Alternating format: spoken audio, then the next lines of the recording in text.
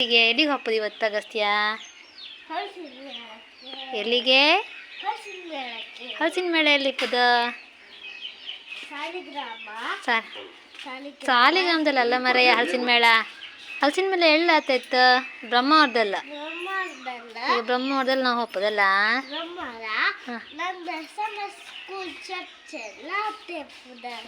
ಹೌದಾ? ಹಲಸಿನ ಮೇಳಕ್ಕೆ ಹೋಗಿ ಏನೆಲ್ಲ ಮಾಡ್ತೀನಿ ನೀನು?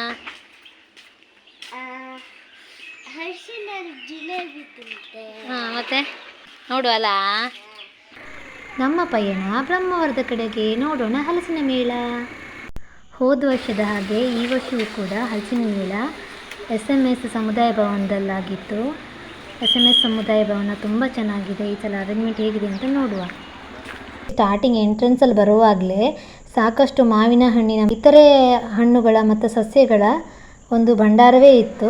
ಸೊ ನಾವೀಗ ಒಳಗೆ ಬಂದಿದ್ದೀವಿ. ಅಲ್ಲಿ ರಾಘವೇಂದ್ರ ಕೊಡ್ಲಾಡಿ ಅನ್ನುವರು ತರಕಾರಿಗಳಲ್ಲಿ ಮತ್ತು ಇನ್ನಿತರ ವಸ್ತುಗಳಲ್ಲಿ ಮಾಡಿದಂತಹ ಒಂದು ಕಲಾಕೃತಿಯನ್ನು ನಾವು ನೋಡಬಹುದು. ಈಗ ನಾವು ನೋಡ್ತಾ ಇರುವಂಥದ್ದು ಫಿಶ್, ವೆರೈಟೀಸ್ ಆಫ್ ಫಿಶ್ನ ಅಕ್ವೇರಿಯಮಲ್ಲಿ ಸಾಕುವಂಥವ್ರು ತಗೊಳ್ಬೋದು.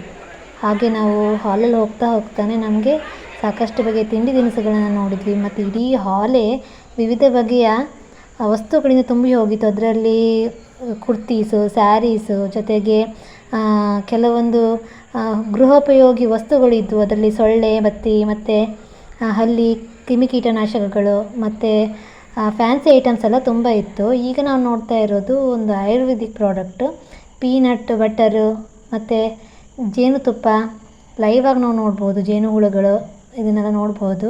ಪ್ಯೂರ್ ಹನಿ ಅಂತ ಹೇಳಿದರು, ನಿಜವ ಸುಳ್ಳು ಗೊತ್ತಿಲ್ಲ. ಅವ್ರ ಪಕ್ಕದಲ್ಲಿ ಒಬ್ಬರು ತಲೆನೋವಿನ ಔಷಧಿ ಕೊಡೋರು ಇದ್ದರು. ಗೋಮೂತ್ರದಿಂದ ತಯಾರಿಸಿದ್ದು ಅಂತ ಹೇಳಿದರು. ನಾವು ಒಂದು ತಗೊಂಡ್ವಿ. ಜೊತೆಗೆ ಸಾಕಷ್ಟು ಹಪ್ಪಳ, ಸಂಡಿಗೆ, ಉಪ್ಪಿನಕಾಯಿ ಈ ಥರದ್ದೆಲ್ಲ ತಿಂಡಿಗಳನ್ನ ಮಾರೋರು ತುಂಬ ಜನ ಬಂದಿದ್ದರು. ಇವನ್ ಟೇಸ್ಟ್ ನೋಡಲಿಕ್ಕೂ ಕೂಡ ಅವಕಾಶ ಇತ್ತು. ತಗೊಳ್ಳೋರೆಲ್ಲ ತಗೊಳ್ತಾ ಇದ್ದರು. ನಾವು ಕೂಡ ಹಲಸಿನ ಹಪ್ಪಳ ಮತ್ತು ಚಿಪ್ಸು, ಸಂಡಿಗೆ ಇದನ್ನೆಲ್ಲ ತಗೊಂಡ್ವಿ. ಆಮೇಲೆ ನಾವು ಹಲಸಿಂದು ಮಿಲ್ಕ್ ಶೇಕನ್ನು ನಾವು ಟೇಸ್ಟ್ ಮಾಡಿದ್ವಿ. ತುಂಬ ಚೆನ್ನಾಗಿತ್ತು, ತುಂಬ ಡಿಲಿಷಿಯಸ್ ಆಗಿತ್ತು. ಪಕ್ಕದಲ್ಲಿ ವೆಂಕಟೇಶ್ ಫುಡ್ ಸ್ಟಾಲಲ್ಲಿ ನಾವು ಹಲಸಿನ ಹಿಟ್ಟನ್ನು ತೊಗೊಂಡ್ವಿ. ತೇಗದೆಲೆಯಲ್ಲಿ ಇಟ್ಟು ಮಾಡುವಂಥದ್ದು ತುಂಬ ಟೇಸ್ಟಿಯಾಗಿರುತ್ತೆ. ಎಲ್ಲಿ ಕಂಡ್ರೂ ಕಸ್ಟಮರ್ಸ್ ತುಂಬ ಹೋಗಿದ್ದರು. ಹಲಸಿನ ಜಿಲೇಬಿ KGಗೆ 300 ರೂಪಾಯಿ ಅಂದರು. ತುಂಬ ಕಾಸ್ಟ್ಲಿ ಅಂತ ಅನ್ನಿಸ್ತು. ಹಲಸಿಂದು ಹೋಳಿಗೆ ತುಂಬಾ ಸೂಪರಾಗಿತ್ತು. ಮುಂದಿನ ವರ್ಷನೂ ಬರೋಣ ಅಂತ ಅಂದ್ಕೊಂಡಿದ್ದೀವಿ.